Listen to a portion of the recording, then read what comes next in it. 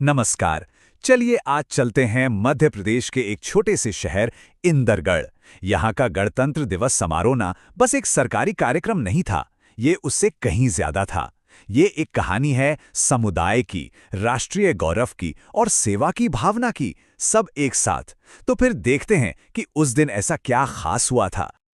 इस पूरे जश्न की शुरुआत हुई इन दमदार शब्दों से, आन बान एवं शान से फहराया तिरंगा। देखिए, ये सिर्फ एक लाइन नहीं है, ये वो जज्बा है, वो एहसास है जो उस पूरे दिन इंद्रगढ़ की हवा में घुला हुआ था। ये कहानी है उस गर्व और सम्मान की जो तिरंगे के आसमान में लहराने के साथ ही शुरू हो गई थी। अब देखिए, कोई भी बड़ा राष्ट्रीय उत्सव हो, उसकी एक गरिमा होती है, एक औपचारिक शुरुआत होती है। इंदरगढ़ में भी दिन की शुरुआत बिल्कुल वैसी ही हुई। ये वो पल था जब पूरा शहर एक साथ खड़ा था देश के प्रति अपना सम्मान जताने के लिए, और इसकी शुरुआत हुई एक बहुत ही महत्वपूर्ण रस्म के साथ। दिन का सबसे पहला और सबसे अहम पल था ध्वजारोहण।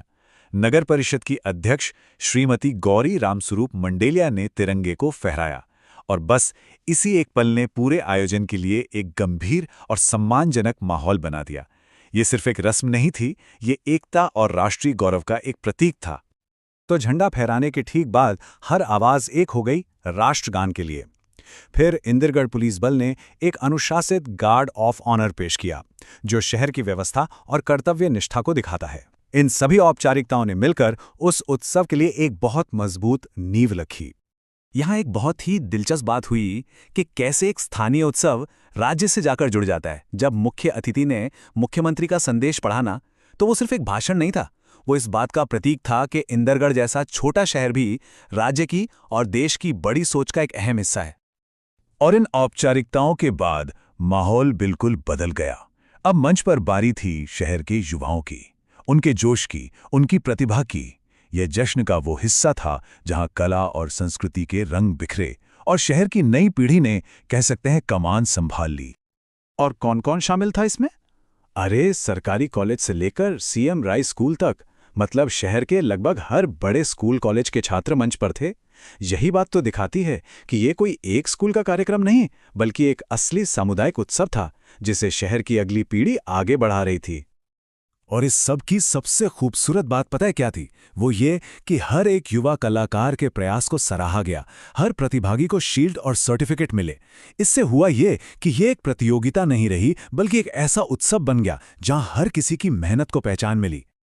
लेकिन ये कहानी सिर्फ नाच, गाने और समारोह तक ही खत्म नहीं होती। इस उत्सव ने गणतंत्र के असली मतलब को भी अपनाया, और वो मतलब है सेवा और सबको साथ लेकर चलने का। और इसी सेवा की भावना का एक शानदार उदाहरण देखने को मिला। देशभक्ति के नारों और जोश के बीच एक बहुत ही ठोस, एक जमीनी काम हुआ। दिव्यांग नागरिकों को इलेक्ट्रॉनिक साइकिलें दी गईं।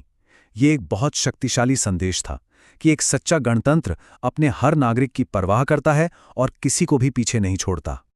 इस आयोजन का महत्व इस बात से भी पता चलता है कि वहां कौन कौन मौजूद था।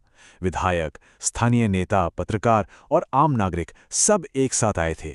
जब किसी शहर का पूरा नेतृत्व एक जगह इकट्ठा होता है ना, तो ये अपने आप में बताता है कि ये अवसर कितना खास और एकजुट करने वाला था। तो जब दिन खत्म हुआ, एक बात बिल्कुल साफ थी, ये सिर्फ एक और सरकारी छुट्टी का दिन नहीं था। ये दिन अपने पीछे एक बहुत गहरा और लंबे समय तक रहने वाला असर छोड़ गया था। सच कहूं तो ये एक लाइन इस पूरे दिन का निचोड़ है। ये सिर्फ एक दिन का जश्न नहीं था, ये एक ऐसी लहर थी जिसने समुदाय के हर दिल में देशभक्ति और गर्व की भावना को फिर से जगा दिया। एक ऐसा एहसास जो आने वाले लंबे समय तक उनके साथ रहेगा। और इंदरगढ़ की एक कहानी हमें एक बड़े सवाल पर लाकर छोड़ देती है। जब हम ऐसी कहानियों को देखते हैं, तो ये सोचना जरूरी हो जाता है कि कैसे ये छोटे छोटे स्थानीय उत्सव मिलकर एक देश के तौर पर हमारी बड़ी पहचान को बनाते हैं। शायद राष्ट्र की असली पहचान इन्हीं गलियों और चौराहों पर बनती है।